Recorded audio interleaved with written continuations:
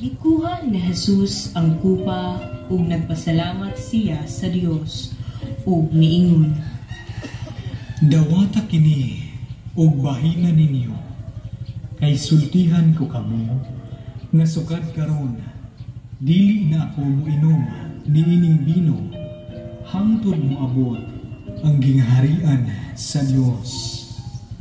Unya, gikuha niya ang pan ug nagpasalamat siya sa Dios. Gipikas-pikas niya ug gihatag kanila nga nag-ingon,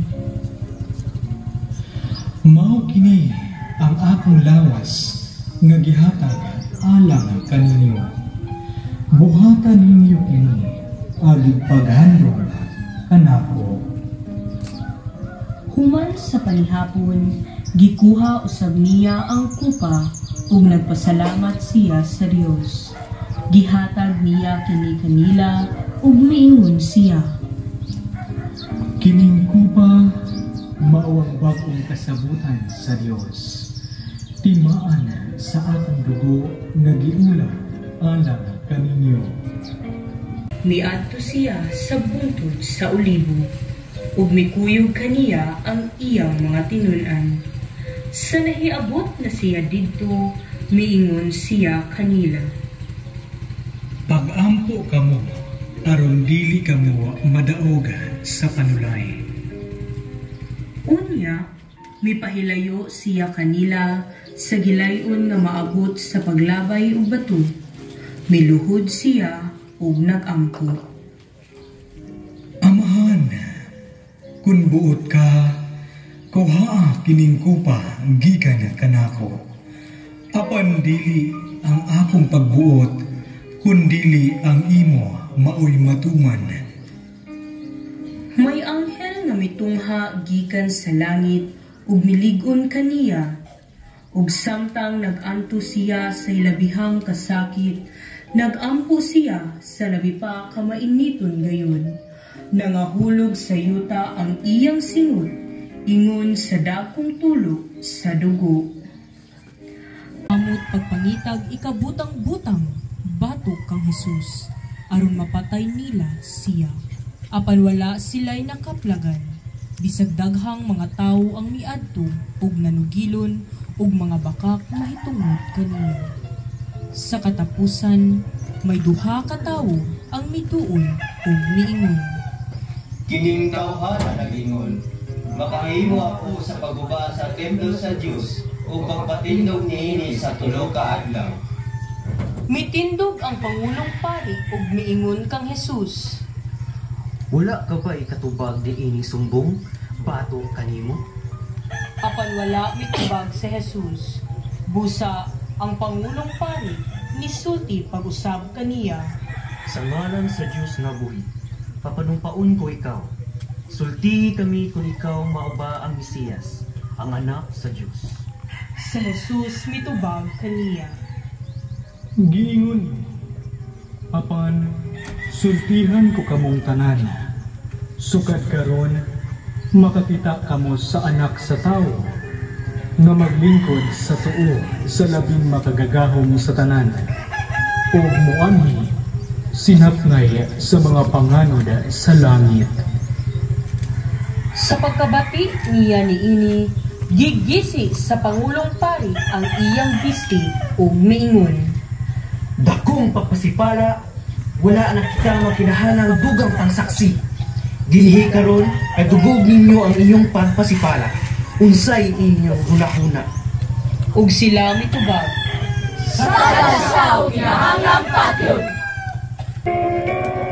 Unya, mibalik si Pilato pagsulod sa palasyo ug gitawag niya si Jesus ug gipangutana. Ikaw ba ang hari sa mga Hudyo? Si Jesus mitubag, Imo na magiging pangutana o gisultihan ka maingon sa uwan, may tungod ka nako. si Pilato mitubag, Hudyo pangud ako, ang imong kaugalingong katawhan ug ang mga katagkuan sa mga pari ang nagtugyan kanimo ngari kanako. Unsa bay imong nabuhat? si Jesus mitubag, Ang akong gingharian, dili niya nining kalibutan. ang akong mga sako makikaway untang aron dili ako ikatugyan ngadto sa mga Hudeo. Apan lagi ang akong gingharian dili iya niini kalimutana. Tungod niini nangutana si Pilato kaniya, "Hari ka ba di ay?" Si Jesus mitubag, Nagingon ka nga hari ako. Tungod niini natawo ug miandi ako sa kalibutan alang sa usa lamang katuyo nga mawang pagsaksi sa kamatuoran. Ang anak sa kamatuoran mamati kanako. "Kay unsa may kamatuoran?" Nangutana si Pilato kaniya. Unya, mibalik pagula si Pilato ug mingon sa mga Hudeo, "Wala ako'y nakablagang katarungan sa pagsilot kaniya. Apan sumala sa inyong nabatasan, buhian ko ang usa ka binilanggo nga iyong pangayoon sa panahon sa pangiling sa pagpasaylo. Gusto ba kamo nga buhian ko ang hari sa mga Hudeo?" Sila misinggit pagtubag, "Dili siya, si Barabas ang gusto." Si Barabas usa katulisan. Unya, gikuha ni Pilato si Jesus ug iyang gipalatos. Ang mga sundalo naghimog purong-purong sa mga sangang tunukon ug ipahaom nila kini sa ulo ni Jesus. Gisunuban usab nila og sapot nga dagtong pula ug nanuol sila kaniya ug miingon, "Mapuri ang hari sa mga Hudeo!" ug gisagpa nila siya. Tungod niini, gitugyan ni Pilato si Jesus ngadto kanila aron ilansang sa krus. Hala Jesus, dali, lakaw, pasaanan ng imong krus. Busa ilang gidala si Jesus. Migula siya nga nagpasan sa krus ug miabot sa dapit nga ginganlag dapit sa Calavera. Sa Hebreo ginganlan kini Golgota. Samtang gidala nila si Jesus, gikasugan nila ang usa ka tawo nga ginganlang Simon na taga Cyrene nga nagpadulong sa syudad gikan sa Banikaw. Gidakop nila siya ug gipapasan sa krus ug gipasulod kang Jesus. Hoy! Ikaw! Ako ba, senyor? Oo, ikaw! Kaya naman, senyor? Kinsay mo ngalan? Simon, na taga Cyrene. Dili na makaya ni Jesus. Dali! Pasaan ang iyong krus! Ha? Nga nung ako dahil? Ayaw na padalos! Dali! Kung pasaan ang iyong krus! Oo, Ginoong Jesus, ako na ang pasan sa iyong krus. May dakong panon sa mga tao ang nagsunod kang Jesus, ug pipila kanila mga babayi nga naghilak ug minatay tungod kaniya.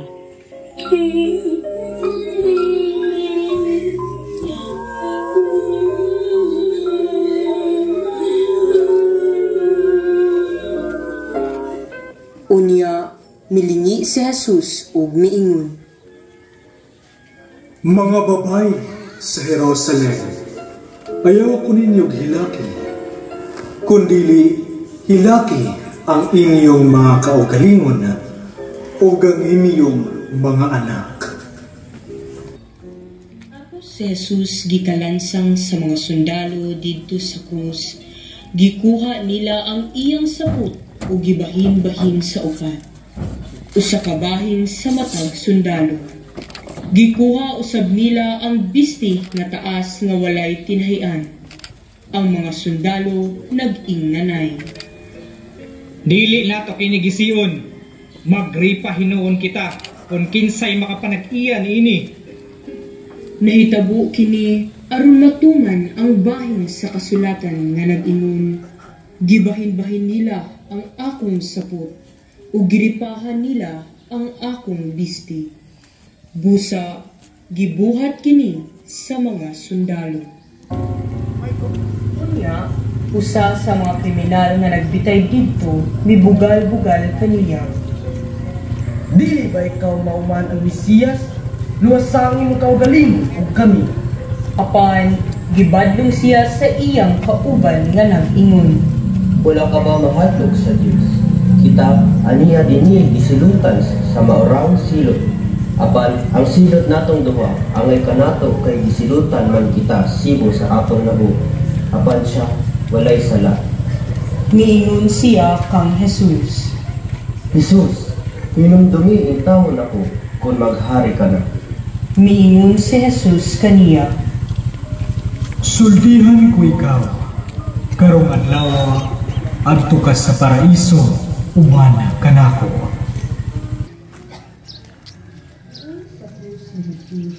Nagbalog ang iyang tinahan, kung isuon sa iyang tinahan. Si Maria nga asawa ni Cleopas, ug si Maria Magdalena.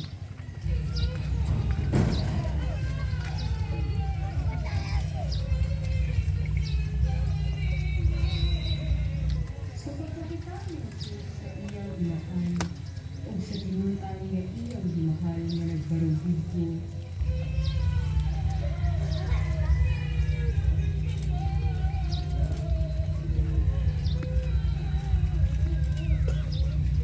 miingon siya sa iyang inahan. Babae, aniya ang iyong anak. Ug miingon siya sa iyang inahan. Aniya ang iyong anak. Sukad niadto, gipatipon si Maria pagtulo sa tinunan. Human niini si Jesus nga nasayod nga ang tanan natumana. Ug aron pagtuman sa kasulatan, miingon siya. Giyuhaw ako. Didto may usa ka panaksan nga puno sa suka, ug nagtundod silang espongha sa suka ug gibutang sa usa ka sanga sa isuko. Ug giisa nila kini ngadto sa iyang baba. Bakit itong panagsan ng suka? Yung ang daw si Jesus. Ato kinibutan sa mga may isuko. Isa, ngadto sa baba ni Jesus. Oh, ito lang tayo kung Jesus nari. Human nakatilaw si Jesus sa suka, miingon siya. Natapos na.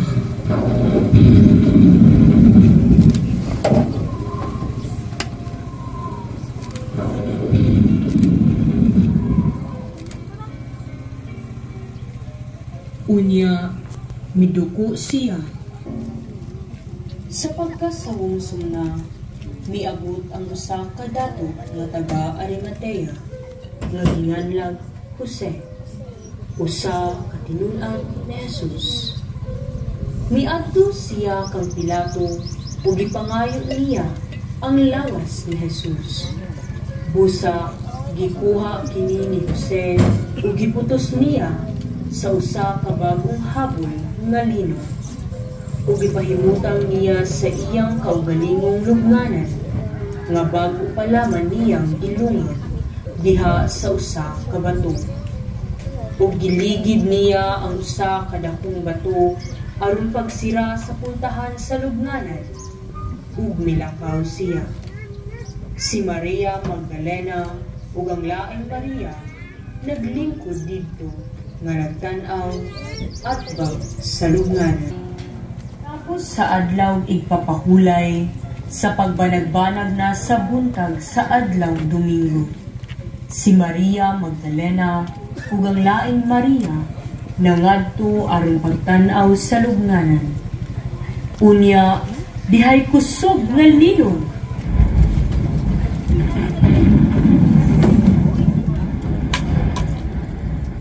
Ug usa ka anghel sa Ginoo ang nikunsad gikan sa langit. Giligid niya ang bato ug milingkod siya niini. Sama sa kilat ang iyang panagway ug puti kaayo ang iyang bisti. Nangurog ang gwardya tungod sa hilabihang kahadlok ug nahimong daw mga patay. Unya, miingon ang anghel sa mga babayi. Ayaw ka mo kahadlok. Nasayod ako nga nangita kamo kang Isus nga gilansang sa krus. Wala na siya din. Napanaw siya sumala ngayon sa iyang giingon. Umari kamo og tan-awa ang dapit nga gilubngan. Ug unya adto adayon og sultihi ang iyang mga tinun-an nga napanaw siya. Ug karon naguna siya ninyo sa Galilea. Ikahipalag ninyo siya didto. Hinumdumi ang akong giingon kaninyo. Busa, midali sila pagbiya sa lubnganan nga nangahadlok, apan nangalipay, ug nagdagan sila aron sa pagbalita sa iyang mga tinun-an.